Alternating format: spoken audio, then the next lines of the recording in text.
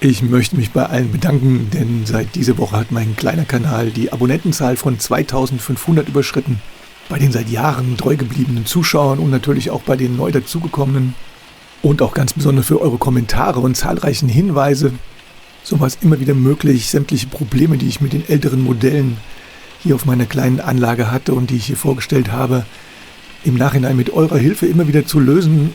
Insbesondere die Dinge, die auf den ersten Blick nicht offensichtlich waren, sondern die aufgrund der Erfahrung der einzelnen Zuschauer und dann des regen Erfahrungsaustausches wieder zu reparieren waren, sodass eigentlich alle Modelle, mit denen ich irgendwelche Probleme hier hatte, durch die zahlreichen Zuschriften dann alle wieder zum Laufen kamen.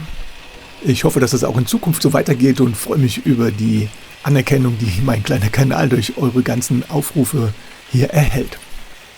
Und hier habe ich dann gleich eine weitere Kuriosität, bei der mir der eine oder andere vielleicht auf die Sprünge helfen kann. Denn bei mir ist ein Rheingold-Zug angekommen. Allerdings kein Original Rheingold, sondern der Vorbesitzer hat sich hier wohl mehr oder weniger unprofessionell die Mühe gemacht, einen Ursprungseinheitswagen zu einem Rheingold-Zug zusammenzupinseln und umzubasteln. Ihr seht hier in den großen Aufnahmen, dass allein die Lackierung außen und die Farbgebung weder dem Vorbild hundertprozentig entsprechen, noch dem Modellbahnstandard hier irgendwie Genüge leisten. Aber ich gehe mal davon aus, dass der Vorbesitzer damit jede Menge Spaß hatte. Ich fand diese Wagen bzw. diesen kompletten Zug jetzt hier einfach zu schade zum Entsorgen und deswegen möchte ich ihn euch hier heute vorstellen. Er besteht aus 3 Personenwagen und einem Gepäckwagen und die Personenwagen müssten meiner Recherchen nach entsprechen der 4134 Allzugwagen DB im Katalog von 84 bis 1989. Das müsste der Personenwagen sein, wenn ich den soweit noch erkennen kann. Und der Gepäckwagen müsste Richtung gehen von der 4140 D-Zug Gepäckwagen im Katalog von 1978 bis 1989. Und beide waren in der Ursprungsvariante wohl eine DB-Ausführung in der Farbe Grün. Die Farbtöne finde ich jetzt hier gar nicht so schlecht getroffen, allerdings wurde das Ganze brutal überpinselt. Teilweise wurden auch wohl die Schilder, die ursprünglich auf den alten Märklin-Wagen versucht hier wegzukratzen, sodass die Ursprungswagen jedoch ziemlich entstellt wurden. Aber noch viel kurioser und verbauter sind die Unterseiten der Wagen. Und zwar hier habe ich einmal den ersten Personenwagen einfach auf die Seite gelegt. Hier wurden über die Drehgestelle von unten Bleche geklebt, wohl soweit ich das erkennen konnte. Auf der rechten Seite seht ihr das sogar das Original Märklin-Gleis, beziehungsweise aus dem Muster. Es ist wohl nicht aus dem Gleis, kann sein, dass es eine Abdeckung von der Weiche war oder irgendwas. Hier aufgeklebt wurde, ist mir allerdings völlig schleierhaft, warum das gemacht wurde. Könnte mir erklären, dass die Achsen hier eventuell rausgefallen sind, aber normalerweise macht das ja keine allzu großen Probleme. Und hier kommt dann gleich meine Frage an euch. Wenn irgendjemand von euch den Originalwagen hat, gab es da irgendwelche Probleme mit den Achsen, dass sowas in dieser Art und Weise hier nötig war? Kann ich mir ehrlich gesagt kaum vorstellen.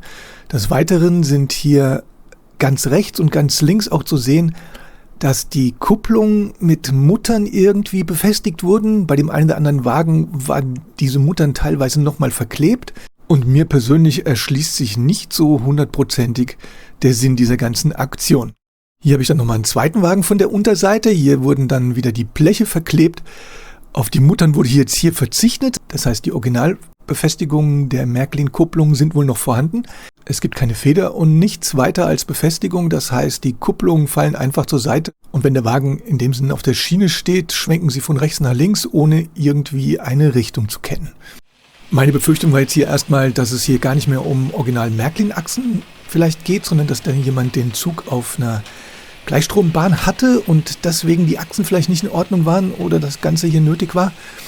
Ich habe den Zug dann aber auf die Schiene gestellt und habe ihn hier fahren lassen und er überfährt problemlos die beiden Kreise, beziehungsweise überfährt problemlos sämtliche Weichen, macht überhaupt keine Probleme, sodass meine Befürchtung, dass hier falsche Achsen eingesetzt wurden, die auf dem Märklin-System nicht fahren, völlig unbegründet sind. Ich bin da mal hingegangen und habe mit dem Fingernagel im Bereich des Dachs vom Gepäckwagen die silberne Kante vom Dach oben einfach mal mit dem Fingernagel freigekratzt. Das geht relativ leicht ab. Auch an der Seite ist es so, dass die Farbe relativ leicht abblättert, wenn man dann drüber kratzt.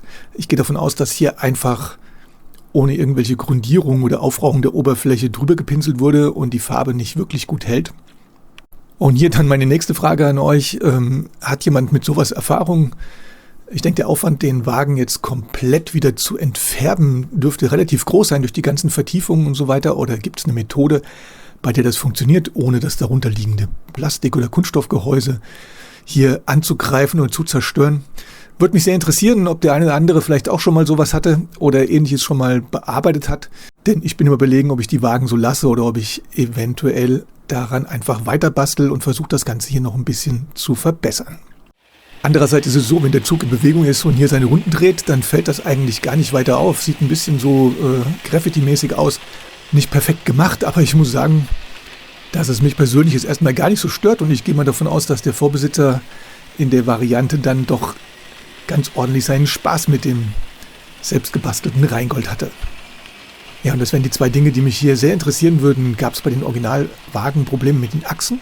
Hat jemand von euch schon mal gesehen, dass es nötig war, unten Bleche über die Drehgestelle zu kleben, damit die Achsen nicht rausfallen oder das Ganze besser hält, beziehungsweise auch die Kupplungen so zu verbasteln, ist mir bis jetzt vollkommen neu. Und als zweites, ist es möglich, die Wagen eventuell nochmal umzufärben oder hat jemand eine einfache Methode, ohne dass wir den ganzen Wagen hier noch schlimmer aussehen lassen, als wie er sowieso schon ist. Ansonsten neige ich dazu, den Zug erstmal so zu lassen, denn er fährt. Wenn man nicht mit dem Fingernagel an der Farbe rumkratzt, bleibt sie wahrscheinlich auch drauf.